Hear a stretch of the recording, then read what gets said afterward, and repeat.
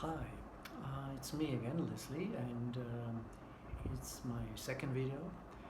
And today I will talk the following topic about Islamic finance, which is an area that I have done some research in for a number of years.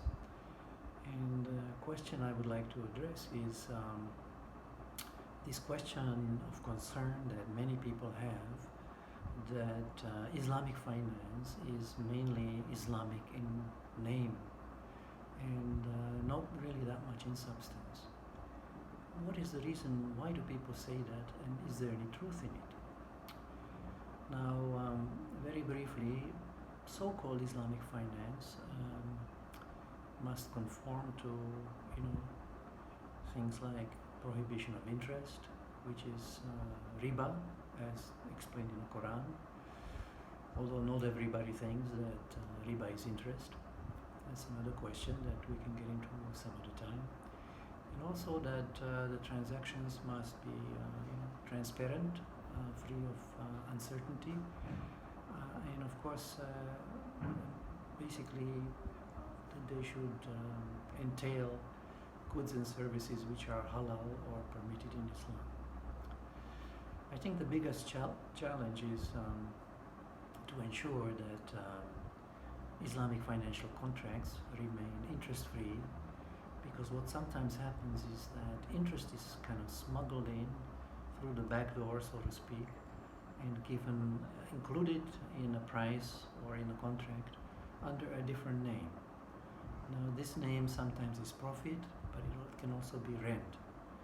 So in order to make sure that there is no interest in an Islamic financial contract, we need to look very closely at what kind of payment this is.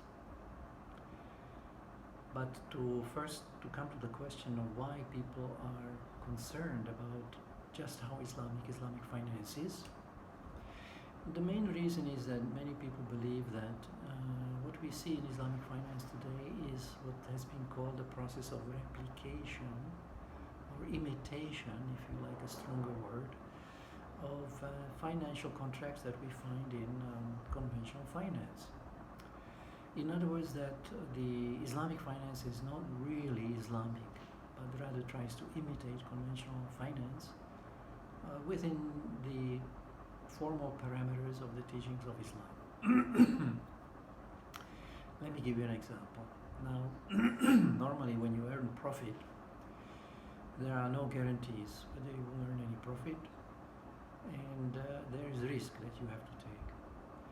But many financial contracts today that are called Islamic include what we call guarantees of so-called profit and also guarantees of income. So now, when you have these two guarantees, what we call income and capital guarantees, the capital guarantee just means that you have to return the capital after a certain amount of time. This means that whenever you have a contract which contains one or both of these guarantees, an income guarantee and a capital guarantee, then, at least for me, it's very difficult to think of this kind of contract as really Islamic. Because what you have here is a replication of this conventional bond in which normally both the capital and the income is guaranteed or predetermined on top of that. So if you want to find out a quick way to determine whether a given contract is in conformity with the Sharia, just ask yourself two questions. Is there a profit guarantee? If yes, then I certainly wouldn't call it Islamic. And secondly, ask yourself, is there a capital guarantee? And if the answer is yes also, I once again would not consider it to be an Islamic. Now, if there are both income and capital guarantees, you can see that it is clearly an attempt to replicate the conventional bond, and therefore I would not describe such a contract as Islamic. Just by the way, news has just come out recently that Dubai is in a lot of financial trouble, and one reason is the reason they are in so much trouble is because much of the capital which they raised for the construction in their city was raised in a form of conventional finance, and also Islamic finance which replicates or imitates conventional finance. So they managed to raise a lot of money and build a lot of infrastructure, properties, residential and commercial, and later they found out that there were very few buyers for these properties. So that illustrates one major risk in financing construction or business activity in general, using loans rather than what we call equity financing, which is very Islamic, and in which you basically raise capital by taking on partners which share with you not only the profits but also, and this is very important, the losses. So that whenever an investor comes along and wants to invest in your project, you have to convince him that your project is profitable and has very good prospects. Otherwise, he's not going to invest because he will be facing losses. But if you approach a lender and say, can you lend me X number of dollars and I can guarantee that I will pay back and I promise you a certain amount of payment every month, then if the lender believes you and lends you the capital, you have an obligation to pay back the amounts that you promised when you promised, and if you fail to do so, you will be in a breach of contract and you will basically default on this contract and may be forced into bankruptcy.